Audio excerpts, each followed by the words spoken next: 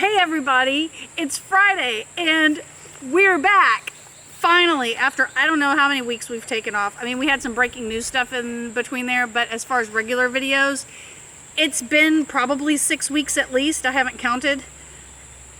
Next week, we're going to get into why that was. I mean, work was one part of it, but then there was another major component to why we had to take all of that time off from making videos. Something very serious happened here. We had to deal with a massive unexpected emergency. We're going to get into that next week. But this week, we're celebrating our 1-year Panaversary. So what's a Panaversary? That means we've lived here for 1 year. Actually, because we're so far behind in videos, we've now lived here 13 months. So this is your 13-month update as far as us living in Panama. And so what I thought was going to be fun, both for you guys and for Brian and I created 2 completely separate lists. We have not seen each other's list. We have not discussed each other's lists. And what we did was sat down and wrote out what are the top 5 best things about Panama or things that exceeded our original expectations, and what are the top 5 worst things about Panama or things that did not meet our expectations. So we're each going to read our lists and have a little discussion about it. It should be enlightening. All right, so let's get going. All right. Yes, sir. Okay, I just want to make sure everything's going. I can do a cut there. All right. Okay, so I'm going to start, and I'm going to start with my 5 best things or things that exceeded my expectations. All right, so the first one is, well, I moved here for basically 2 reasons. Not that dog. Okay. I moved here for 2 reasons. One was wildlife. That was a big thing because I wanted to have a property where I could incorporate wildlife into my school and actually just live in wildlife. That's what I wanted to do, be in nature. And the other reason that I moved here was for tax purposes. Now, tax purposes I won't know about until next year because obviously we haven't been in Panama long enough to file our tax returns for a full year yet. So that'll be coming up. Make sure you subscribe if you're interested in that stuff. But wildlife and living in nature has been just amazing. It has, I would say, exceeded my expectations. Being both on the ocean and living in the jungle, we get this just massive amount of biodiversity, and practically every day is like Christmas. I mean, literally we find new species all of the time, and it's so exciting. Whether it's some new bug or some new bat. We found some bats living off back here the other day. I mean, we had no idea there was a colony of these really cool bats living back there. It's just, for me, it's just Christmas every day, finding something new. So I'm loving that. Okay, so that's number 1. Number 2, I'm going to kind of put this in with the nature thing. Being able to grow my own vegetables. Now, I've always been a plant person, and I love plants, and I love like buying plants and growing plants and all of that sort of thing, but I've never really done vegetables, and I've been growing them here and working on it and experimenting. I have been able to harvest 1 cucumber so far. It's a beautiful cucumber, and we just harvested some green beans the other day. Now, there's a lot of trial and error that goes into gardening organically in the jungle with no pesticides and out in the open without a greenhouse. So I'm doing a lot of trial and error there, and I'll be doing some videos upcoming about that. But we're getting ready to put a lot more stuff in the ground. We have pumpkins in the ground right now that are growing. We have yucca in the ground that is growing. We have okra and some other vegetables that we're working on. So for me, that's a lot of fun. Plus just the landscaping part of it, which I'll talk about here in a minute. Let's see, that's number 2. So number 3, the language barrier. Okay, I speak what I call toddler Spanish. I only know my verb conjugations for present tense, so everything I'm talking about to anyone is happening right now. I can't tell them what's going to happen in the future or what's going to happen in the past. But I have enough verbs that I'm able to conjugate to present tense, and adjectives and nouns, and I know how to put them in the right order to be able to get my point across on pretty much anything. And when I can't get my point across, like in person, like, you know, personally, I can use Google Translate, and that has worked wonders. So if someone tells you you have to be fluent in Spanish or even semi-fluent to live here, they're wrong. Now, is that going to make your life richer? Absolutely. I wish I was fluent in Spanish. I wish I was fluent in dog and you guys would listen when I say no. But no, you don't have to be fluent to live here. I have enough to get by. I would probably have a problem if I didn't have enough to get by. So if you are going to move here, get your basics down at least. But the language barrier, I mean, it has exceeded my expectations as far as not being a problem. All right, so that was what, number 3? Yeah. Let's see. The next one is actually kind of a weird one, but it's the ease of dealing with government issues. And Brian might look at me like I'm crazy right now. But really, things here are fairly straightforward. Immigration is straightforward. Work permits are straightforward. Gun permits are straightforward.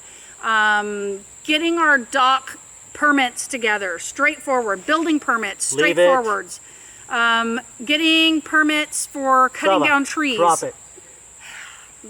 This is the conversations we have all day long. Selva, drop it, leave it, no. Okay, but all of these things, the process itself is straightforward. We have not run into massive problems with that. Driver's licenses, all these things. Where it can become a problem is just a timeline. So a lot of times the things that you want done in the time frame you want it done in are not going to happen. For instance, our dock, for instance, our gun permits, they've been delayed and papers expired. So Brian has actually been in Changanola this past week getting all that new paperwork done. So that has been a little bit of a problem, but that was something I totally expected. So all of that has just been what I expected to start from.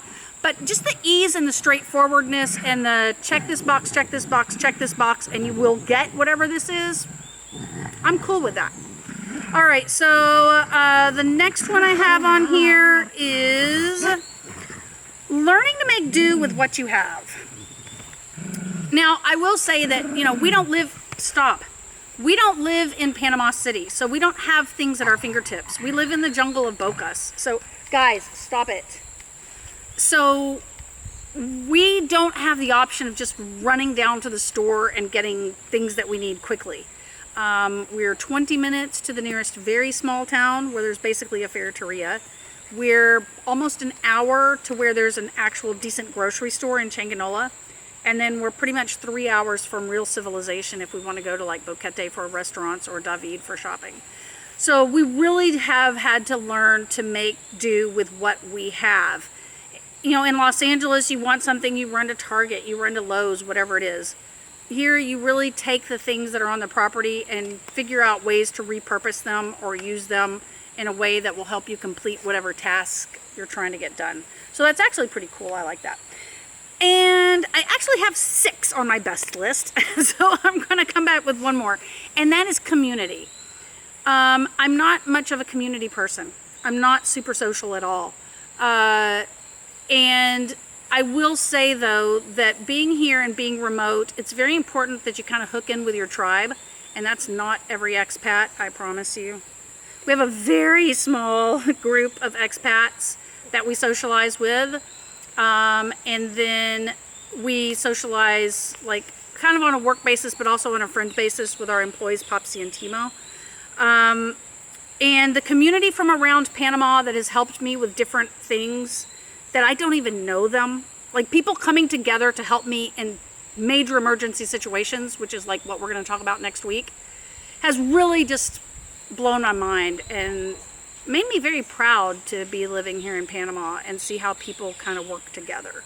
So, all right, so those are actually my 6 top bests. So let's see what Brian has to say.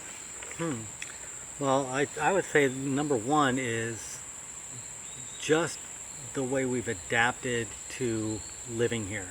I mean, we dropped in, like we said, a year ago, and, you know, the property was a wreck. Nothing was livable, and within a year, everything is up and running well. We can actually have people here. We have got one room that we can be in, be out, that we've, you know, done other things with. But just the fact that we know everything, I don't want to say everything, but we know all the ins and outs of our community. I mean, we can go anywhere in town in Almirante and find what we need. We can go anywhere in Bocas and find what we need. We know who to talk to. If we, we don't know who has it, we know who does know who has it. So it's just the ease that we've been able to just adapt to the whole workings of Panama, dealing with the government agencies, dealing with, the indigenous villages around here, getting other different products from them. So, and being accepted by all of them. So it's... Kind of goes into that community It goes thing in I that was saying, community yeah. thing, yeah. Mhm. So just the ease in the way that we've just kind of fit right in and haven't had a lot of hiccups. And the hiccups we've had, we've been able to deal with. We've dealt with them really quickly. Leave it. What does she have? Get out of there. Speaking of my veggies, she's over here digging up my pepper plants. Yeah. Okay. Can I put Selva on my worst Yeah. list? Okay. My number 2 is the speed in which we've been able to get this property together. Yeah, And no actually, it's almost running itself now. We still have other stuff to do, of course. We've got the dock to do, but I mean, the housing thing is up and running. Our water's up and running. Now we're getting all the plant life up and running, all our vegetables, all our fruits, just the amount of things that we've planted in the last year. I mean, in the last 2 months, would just blow your mind. Yeah. So that was my number 2. And then that goes right in number 3, the wildlife and the plant life on this property. Mm-hmm. Like you said, it's just like we find something new every day. We find something edible every day. We find, like last night, we started messing around with coconuts. The night before, we started messing around with the ginger that we found in the kitchen. So it's... And the coconuts and the ginger are things that we grow here on the property. Yeah. So, yeah. And, into a very long list of stuff that we grow here on the property. So that's my number 3. And yeah, my number 4 is, like you said, community. The way we've been able to just adapt and deal with everybody. So it's just like we can go up to the indigenous village and find out where we need to get thatch, where we need to get fertilizer, and we've been able to work with all of them. Dealing with somebody trying to find a tree for our wood for our dock. So they all know us, we know them. We go up, we get honks all the time, we get people saying hi all the time, we get people looking for work all the time, which is, we can't hire everybody, but we've got our 2 guys. And then just like you said, the other communities, we found a very good tight-knit community of friends that when you need something, they're going to be there for you. I would say, what, like 6 maybe? Mm-hmm. Yeah, like 6 people. Like, we don't want some huge community. You get in more problems. You just got to find those good people and find those people that are your tribe. Because there's all kinds of expats here in Panama. They run the gamut. So you've got to figure out where your range is and then find the people that fit within that range. Yeah. And the one thing that surprised me, the way we've been able to jump in with all these environmental groups. I mean, we've had That's 3 a different good one. environmental groups already at the Absolutely. property doing lots of things. Yeah. Planting trees, planting mangroves, talking about coral restoration. So it's like we've dealt with 3 different groups already, and we've been able to help all of them. Yeah, we've had Mi Ambiente, the environmental department, come out. They planted over 100 trees on our property. We had a mangrove restoration group from David that works with some groups in Bocas come out and turn our mangrove forest into a mangrove nursery where we're going to start reforesting mangroves around Bocas. All of these are coming up in videos. So again, make sure you subscribe and hit notify because we're going to be talking about all of this, in the new year. So those are your 5s? That was my 5. All right, so let's let the camera rest a minute. It gets hot if we talk too long. And then we'll come back with the worst things about Panama. And we're back with the worst things about Panama. All right, if you enjoyed hearing the best list, make sure you click subscribe. Make sure you click notify. That way every Friday when we post a video or if we have breaking news in between, you're gonna get notified of that.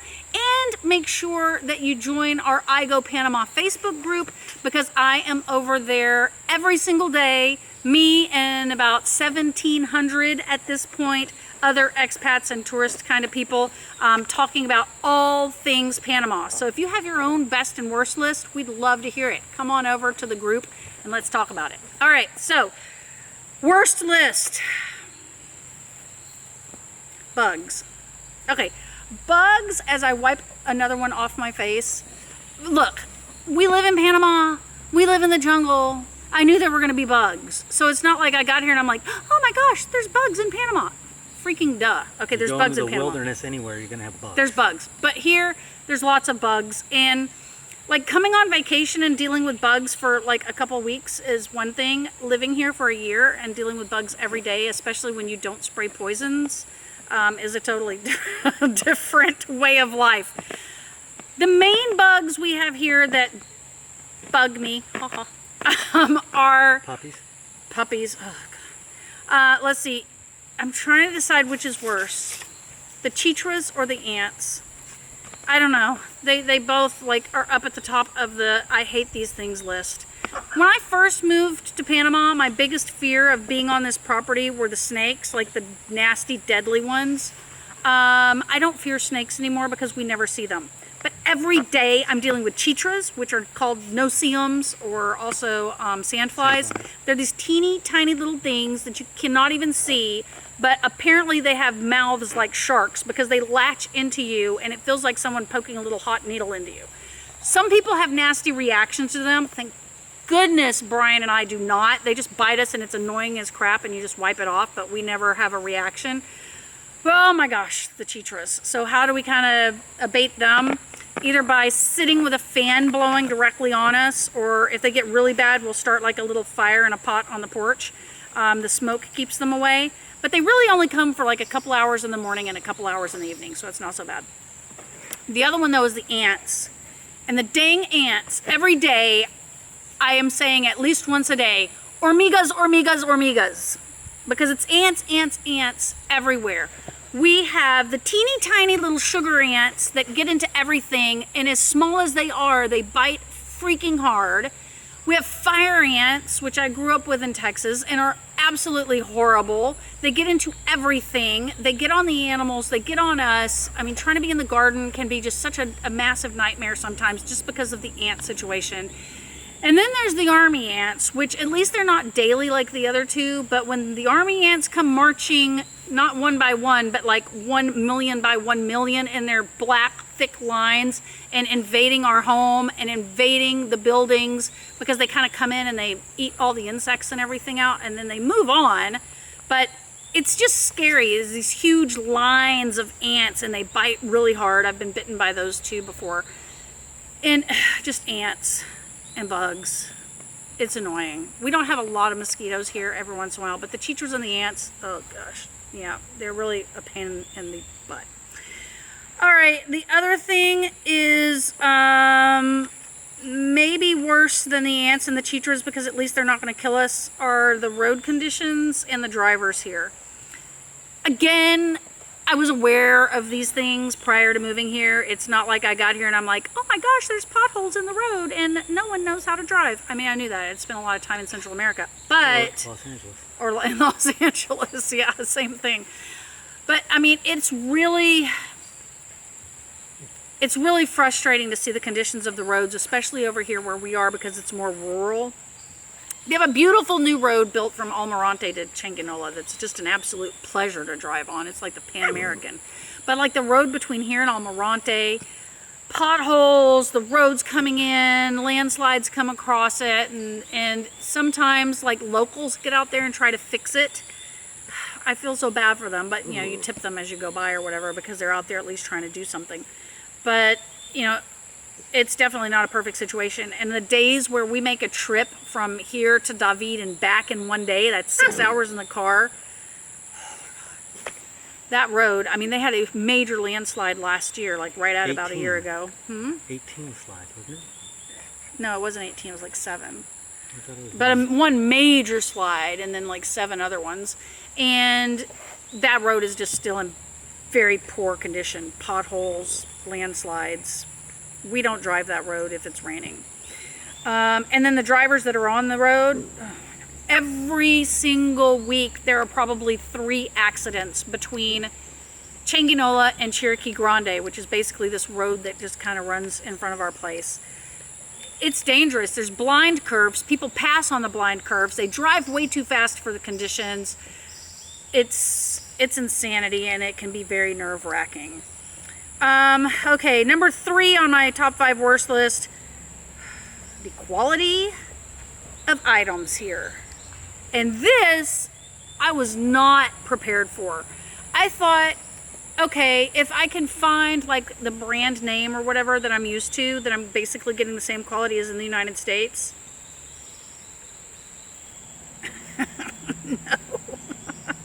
No, just because it has that nice little brand name that you're used to, the quality is so bad here on so many products. Again, maybe that's because we live rural and we don't have a lot of options. I have bought things in very nice stores here. I have bought things at the not so nice places here, and it doesn't matter where I buy them or how much I buy them for, everything falls apart. Door hardware for our doors fell apart in what, 3 months? About that. And we never use the door hardware, the doorknobs and the locks, because our doors, we leave them open while we're here, and we're here pretty much all the time. Fell apart. Had to go to the States and get them. A can opener. I mean, a can opener. Bought it at a nice store in David, let me say. I didn't just buy some junky one at like one of the kind of junky little mall things around here. Bought a nice can opener at a nice store, brought it here, 2 turns, and the whole thing just falls apart in my hands. I'm so done buying things like that here in Panama. I mean, Brian and I had a discussion this morning or last night about him wanting to buy a cookie sheet to toast coconut on now that we're experimenting with coconut. And I'm like, can't we just wait until we get to the States? I mean, like even a baking sheet, I don't want to get it because I know it's going to warp in the oven and be hard to clean and just, yeah.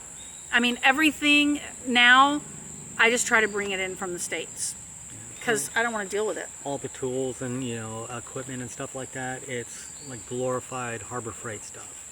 And you have to be careful because a lot of the tools with the brand names on it, like DeWalt and Honda, and like some of the Millers, like welders like Miller and Lincoln, I noticed the graphics are off a little bit, the name, you know, the stickers are twisted a little bit. They're just bringing in Chinese stuff and slapping those stickers on the side of it and trying to sell it as quality products too. So you really have to be leery of that also. And I hate that because I would rather support the Panamanian economy rather than the U.S. economy. But I'm not going to sit here and waste my money because, look, I'm not talking about low quality and low prices. I'm talking about low quality and high prices. And I'm not going to waste my money buying junk here. I would rather just buy it from the States once and know that it's going to last, period. So that really gets on my nerves. Let's see. The other thing, and this is just dumb because I had a hard time coming up with with any more. So really I only came up with 3 things that really bugged me about living here. So then I had to come up with 2 more.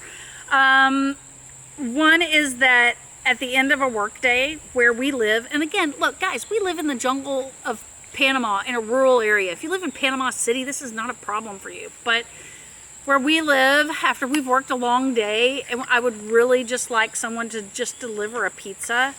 Yeah, that ain't happening. We don't have food delivery here. We have to cook every single meal that we eat. And that's a big change from being in Los Angeles. I mean, we didn't eat out a lot in Los Angeles, but we would do delivery probably, what, 3 or 4 times a month at least? Maybe, yeah. Yeah. And just here is just, it's not an option. So sometimes I just want something different, and it's just not happening. And then the last one, which is probably the worst of them all, honestly. Okay. I love to go to the viveros. And if you don't know what a vivero is, it's a plant nursery, right? So I love to go there. And it drives me insane that not a single plant is ever labeled. Ever. So I'm sitting here looking at thousands of these gorgeous plants, and I don't know what any of them are because none of them have a label with a scientific name. So if you own a vivero, especially in Cherokee province, and you would like me to come by and drop a ridiculous amount of money at your establishment, would you please go through and label everything with scientific names? It makes my scientist self feel much better. because I'm then able to sit there and research the plants and figure out where it is that I might want them to be. So frustrating. It's very hard to live in Panama. Okay, Brian, what are yours? I'm very interested to hear these. Okay, so yeah, my number 4, or no, my number 5 was the lack of quality products. So we've already talked about that. You know, and just getting anything you need here. I just even like the bottom P-trap of a drain. It's so poor quality. Just I went through 3 or 4 of them on one sink, and they would all leak. And ended up finding from an expat friend who brought a bunch in from the States, put one on there the first time, doesn't leak. So it's just the lack of quality and the lack of selection.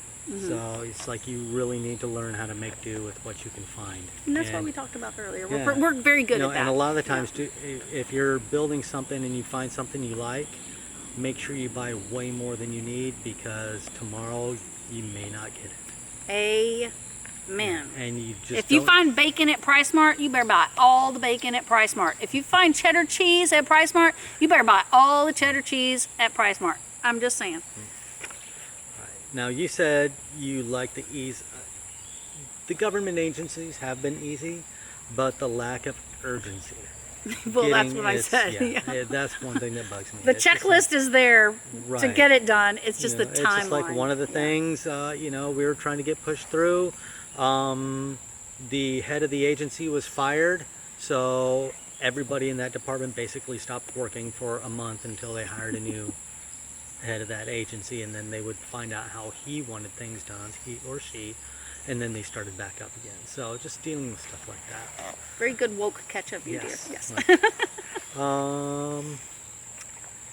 My number 4 was expats and their crappy attitudes.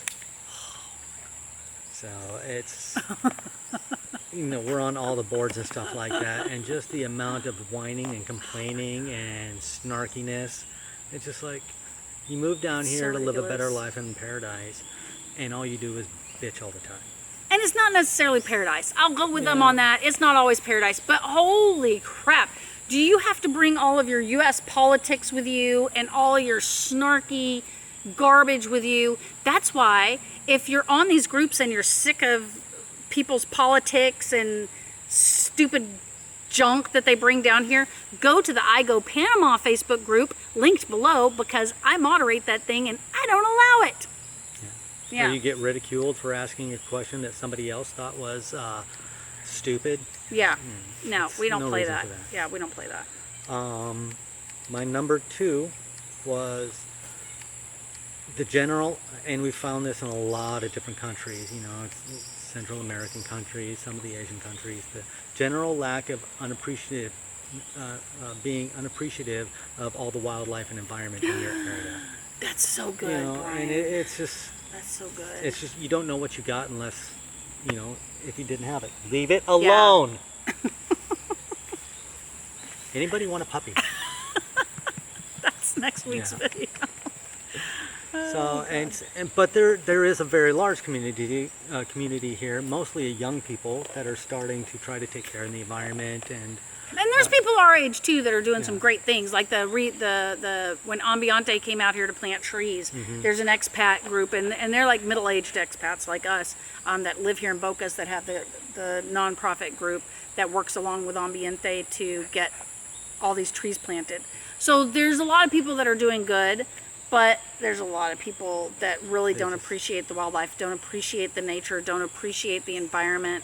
Lots of littering, you know, poisoning everything. You were talking about the bugs. I was driving through Tranganola yesterday, and there was a guy out there. It was a company, and he was just like in complete, you know,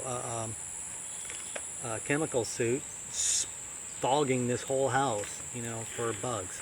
And he's got all the protection he needs, but you know, the person 10 feet away from him doesn't have anything. Exactly. Yeah. So it's pretty nasty stuff.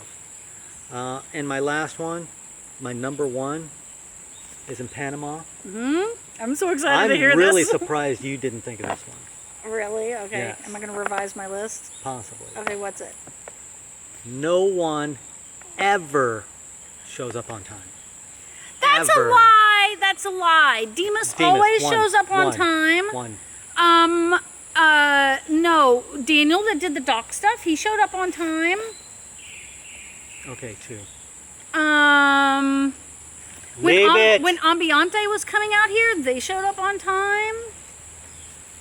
He's one of those expats that's on the expat groups with all the snark and the complaining. Do you see this? So he's going to complain about that, and then he's going to complain. How many road guys never showed up? Well, those were road guys. Yeah, I mean, we did have a little bit of a problem with that. But Or lumber never shows up on time. We're leaving Almirante now. Be there in 30 minutes. An hour and a half later. Hey, we're here. And that's a very broad complaint that you hear from a lot of expats. I mean, we're used to this very If you find somebody who shows up when they say they're going to show up, you hold on to them. Yes, you do. That is a catch. And I will tell you, when I first got here, when people would not show up on time, and then I would call them and say, "Where are you? I'm sitting here waiting for you." Oh, we're leaving now. I'd say, you know what? Don't even bother to leave. Don't even bother to come out. I'll find someone else, because I'm not dealing with those people. I'd rather do without whatever it is than deal with someone who does that to us. Like on the road thing, we went through 3 different road guys until we found the one guy that would always show up on time and do what he said he was going to do. And he gets our business. Do you remember what was said about that? First thing Popsy said? Oh, wow. Demas was on time. He must not be Panamanian. Popsy can't stand it when the people show up late either. He says he wasn't raised that way. But, yeah, it's something you just kind of have to expect around here and kind of go with the flow. But like I said, if someone does that to us, what I've found is there's always someone else that can do the job. There's always someone else that can do the job. And the funny thing is that when we've always found someone at that point better to even do the job. So we don't put up with it. We don't play it. So if you are providing services in the Bocas del Toro province and you want our business and we call you, I highly recommend you show up on time. Otherwise, we're not going to deal with you. We'll find someone else. Because like I said, there's always someone else. And we find what we do is we narrow it down to those really good people who provide the really good service at a good quality price and have respect for our time and respect for us. We respect them and we give them lots of referrals, and when we need things we always call them first. So it's a win-win if you do things right around here. And I really can't stand it when people say, oh, it's a cultural thing. Because I really don't think it's a cultural thing, because guess what? Popsy's Panamanian and he doesn't play that bull crap, and Demas, the road guy, he's Panamanian, he doesn't play that road crap. It's a laziness issue is really what it is, and an unmotivated issue and a lack of respect for other people's time issue, and expats a lot of times just let these people get away with it, so then that's what they deal with. We don't. No. All right, so here's my final question. I didn't tell you this one. All right, so did we make the right decision to leave Los Angeles and move to Panama? Absolutely. Absolutely. Did we make the right decision to buy a puppy? The jury's still out on that one. No. The reason we have to go to the vivero is to replace everything that she's dug up and eaten. She has taken her name Selva, which means jungle, literally, and she thinks she has to bring the entire jungle into the house, including all of my plants. No, I have not regretted a single day being here. I have not regretted once moving here, not once. I'm someone who moves around a lot. I mean, like every year almost I would move when I was in the States. So I'm not the type of person to like get somewhere and then I'm just like, oh, I'm settled and so then I have to stay there. No, I'm very kind of moving kind of spirit. But I haven't regretted it once. Like, I don't want to be here. I want to go back to the States. The States is a poop show. I don't want to go back. I mean, Brian goes back every once in a while. I could go back with him. I have no interest. I have not been back since, July. Exactly. And I have no interest in going back. In fact, if it weren't for my kids, and my kids I plan to try to just bring here. Like, if I never go to the U.S. again at this point, I'm thrilled. Now, does that mean I want to stay in Panama the rest of my life? Not necessarily. But yeah, I'm very, very happy with leaving the U.S. and Yeah, we coming still here. want to travel. Yeah, but we still want to travel, but we'll see what the world has for that. absolutely, with the COVID and everything. All right, so do you have anything else to say about this being the right decision for us? Just wait for year 2. Exactly. We have lots of plans. Lots of plans. Oh my gosh. Because now we have like the basics done here. And so now we're not just like in survival mode. Now we're into like actual fine tuning things mode. And so many changes are coming up and so many massive announcements are coming up that I'm so excited about. 2020 is going, or 2022 is going to be an amazing year. So make sure you hit subscribe. Make sure you click the notify bell so you get the little notification when we post a video, hopefully every Friday. Hopefully we won't have any more situations that we have to deal with. And make sure you join the I Go Panama Facebook group where we can talk about anything that we talked about today or anything concerning moving here, living here, coming here as a tourist. We talk about all of it. Next week, we will reveal why we were missing for so many weeks, what the emergency was, what the situation was. It should be an interesting one. All right, and it could be a year before you see Brian and I together on film again, because when I said we're going to do this, he was like, I have to be on camera. Yeah, that was my number 6 on the list. Was being on camera. Being on camera. All right, so you guys have a great weekend, and we will see you next Friday.